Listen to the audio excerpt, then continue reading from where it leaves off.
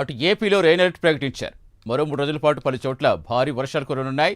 ఉపరితల ద్రోణి ప్రభావంతో ఉరుములు మెరుపులతో కూడిన వర్షాలు పడనున్నాయి. పలు చోట్ల పిడుగులు పడే ఛాన్స్ ఉంది. ప్రజలంతా అప్రమత్తంగా ఉండాలని వాతావరణ శాఖ హెచ్చరించింది. భారీ వర్షాలతో ఏపీ విపత్తు నిర్వహణ సంస్థ అలర్ట్ అయ్యింది. లోతట్టు ప్రాంత ప్రజలను సురక్షిత ప్రాంతాలకు తరలించాలని అధికారులకు హోంమంత్రి అనిత ఆదేశించారు. గంటకు 60 నుంచి 80 కిలోమీటర్ల వేగంతో గాలులు వీచే అవకాశం ఉంది. పూర్తి సమాచారం ఇచ్చేందుకు ఫీల్డ్లో మా కరెస్పాండెంట్ చంద్రశేఖర్ సిద్ధంగా ఉన్నారు. చంద్రశేఖర్, ప్రధానంగా ఏ ప్రాంతాలకు ఎక్కువగా ఎఫెక్ట్ ఉండే అవకాశం ఉంది? ఇంకా వాతావరణ శాఖ అధికారులు ఏం చెప్తున్నారు? ఎలాంటి అలర్ట్స్ ఇస్తున్నారు?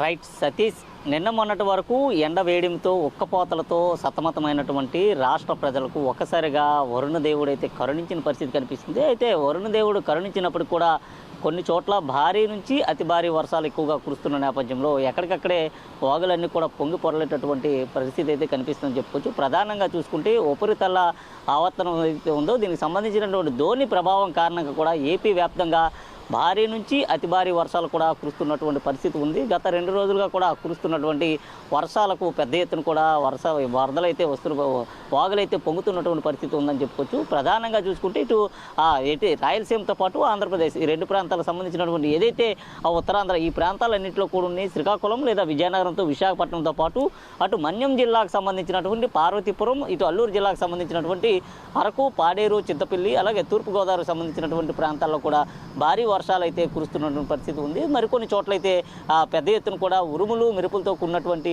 పిడుగులు కూడా పడుతున్నటువంటి పరిస్థితి ఉంది. దీని ప్రభావంతో ఇప్పటికే 2-3 మృత్యువాత పడినట్లుగా కూడా తెలుస్తుందని చెప్పుకోవచ్చు. ప్రధానంగా చూసుకుంటే ఈ రోజు నుంచి మరో 3 రోజుల పాటు కూడా భారీ నుంచి అతి భారీ వర్షాలు నమోదయ్యే అవకాశం ఉన్నట్లుగా విశాఖ వాతావరణ శాఖ అధికారులు అయితే ఇప్పటికే అంచనాకు వచ్చిన పరిస్థితి అయితే కనిపిస్తుంది. ప్రధానంగా ఏదైతే ధోని ప్రభావం కొనసాగుతుందో దీని ప్రభావం మరింత ఎక్కువగా మారే అవకాశం ఉన్నట్లుగా కూడా వాతావరణ శాఖ అయితే అధికారులు అంచనాకు వచ్చిన పరిస్థితి కనిపిస్తుంది. కోస్తాంధ్ర, రాయలసీమ ఈ ప్రాంతానికి సంబంధించినటువంటి అటు కాకినాడతో పాటు ఇటు విశాఖ ఈ ప్రాంతాలన్నింటిలో కూడా భారీ వర్షాలు అయితే పడుతున్నటువంటి పరిస్థితి ఉంది. గత 2 రోజులు కూడా కురుస్తున్నటువంటి వర్షాలు ఏవైతే ఉన్నాయో ఎగువ ప్రాంతాల్లో కురుస్తున్నటువంటి భారీ వర్షాల ప్రారంభంగా కిందన ఉన్నటువంటి దిగువ ప్రాంతాలన్నీ కూడా ఉన్నాయి.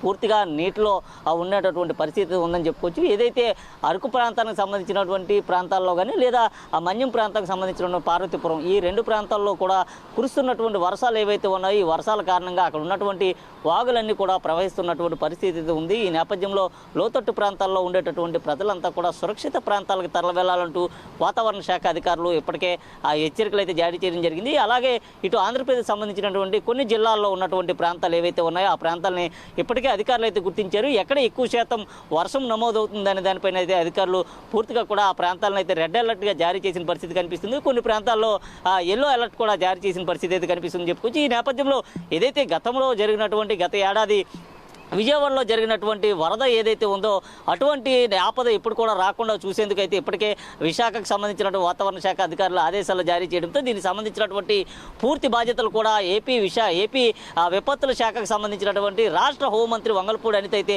ఇప్పటికే అధికారులకైతే ఆదేశాలు జారీ చేసిన పరిస్థితి ఉంది. ఏదైతే ముంపు ప్రాంతాలు ఏవైతే ఉంటాయో ముంపు ప్రాంతాలన్నింటినీ కూడా తక్షణమే గుర్తించాలి. అలాగే అక్కడ ఉన్నటువంటి ప్రజలందరినీ కూడా సురక్షిత ప్రాంతాలకు తరలించేది కూడా అన్ని రకాల ఏర్పాట్లు చేయాలంటూ కూడా చెప్పిన పరిస్థితి కనిపిస్తుంది. ఈ నేపథ్యంలో ఏపీ ఎస్డీఆర్ఎఫ్తో పాటు ఇటు ఎన్డీఆర్ఎఫ్ 2 బృందాలను కూడా రంగంలో దించిన పరిస్థితి కనిపిస్తుంది. అలాగే ఇండియన్ నేవీకి సంబంధించినటువంటి కొన్ని హెలికాప్టర్లు కూడా సిద్ధం చేసినట్లుగా అయితే తెలుస్తుంది. ప్రధానంగా చూసుకుంటే ఎక్కడైతే వరద ప్రభావిత ప్రాంతాలు ఉంటాయో ఆ ప్రాంతాల్లో త్రాగునీరుతో పాటు ఆహారం అందించేందుకు కూడా ఇప్పటికే ఏర్పాట్లు అయితే పూర్తి చేసిన పరిస్థితి కనిపిస్తుంది. మరో 3 రోజుల పాటు కూడా ఏదైతే భారీ నుంచి అతి భారీ వర్షాలు కురవనున్నాయో ఆ ప్రాంతాలని ఇప్పటికే గుర్తించిన పరిస్థితి ఉంది. ఆ ప్రాంతంలో ఇప్పటికే ఎన్డీఆర్ఎఫ్ ఎస్డీఆర్ఎఫ్ బృందాలను కూడా పంపించింది. అలాగే ఆయా జిల్లాలకు సంబంధించినటువంటి కలెక్టర్లతో ఎప్పటికప్పుడే రాష్ట్ర హోంమంత్రి వంగలపూడి అనిత అయితే చర్చిస్తున్న పరిస్థితి కనిపిస్తుంది. కాన్ఫరెన్స్ ద్వారా మాట్లాడి అక్కడ ఉన్నటువంటి పరిస్థితులు ఏ విధంగా ఉన్నాయి, అక్కడ వర్షపాత ప్రభావం ఎలాగ ఉందనే దానికోసం ఎప్పటికప్పుడే తెలుసుకున్నటువంటి పరిస్థితి ఉందని చెప్పుకోవచ్చు. అలాగే ఏదైతే అకాల వర్షం ఉందో అకాల వర్షం నేపథ్యంలో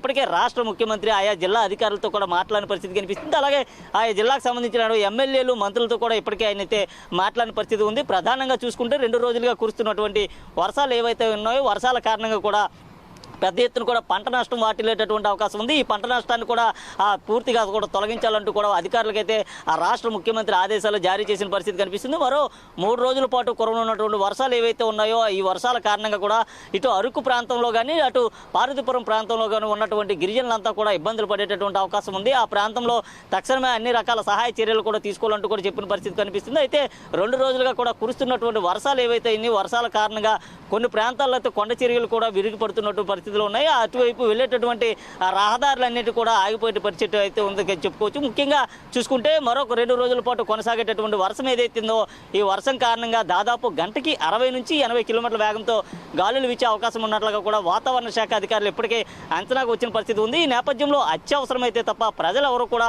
బయటకు రావద్దంటూ కూడా వాతావరణ శాఖ అధికారులు అయితే ఇప్పటికే హెచ్చరికలు జారీ చేశారు. ఏదైతే సముద్ర తీరం వెంబడి ఉన్నటువంటి గ్రామాలు ఏవైతే ఉంటాయో అక్కడ ఉన్నటువంటి గ్రామాలకు సంబంధించినటువంటి మత్స్యకారులందరికీ కూడా ఇప్పటికే పలు విషయాలు అయితే చెప్పడం జరిగింది. ఏదైతే రానున్న మరో 72 గంటల పాటు కూడా ప్రజలంతా కూడా అప్రమత్తంగా ఉండాలి.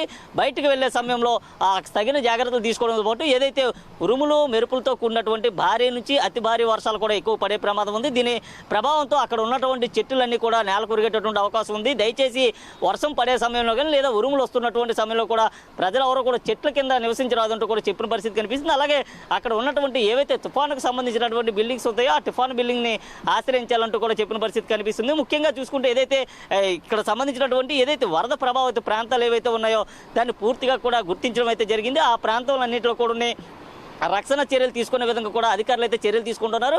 అయితే ఎప్పటికప్పుడు దీనికి సంబంధించినటువంటి పూర్తి విషయాల్ని ఆ రాష్ట్ర హోంమంత్రి వంగలపూడి అనిత అయితే అడిగి తెలుసుకుంటున్న పరిస్థితి కనిపిస్తుంది. ఓవరాల్గా చూసుకుంటే మరో 3 రోజుల పాటు కొనసాగేటటువంటి వర్షాలు ఏవైతే ఉన్నాయో ఈ వర్షపాత ప్రభావంతో ప్రజలు ఎవరు కూడా ఇబ్బందులు పడకుండా కూడా ఆ రాష్ట్ర ప్రభుత్వం అయితే అన్ని రకాల చర్యలు అయితే తీసుకుంటున్నట్లు తెలుస్తుంది. Satish. Right, thank you Chandrasekhar.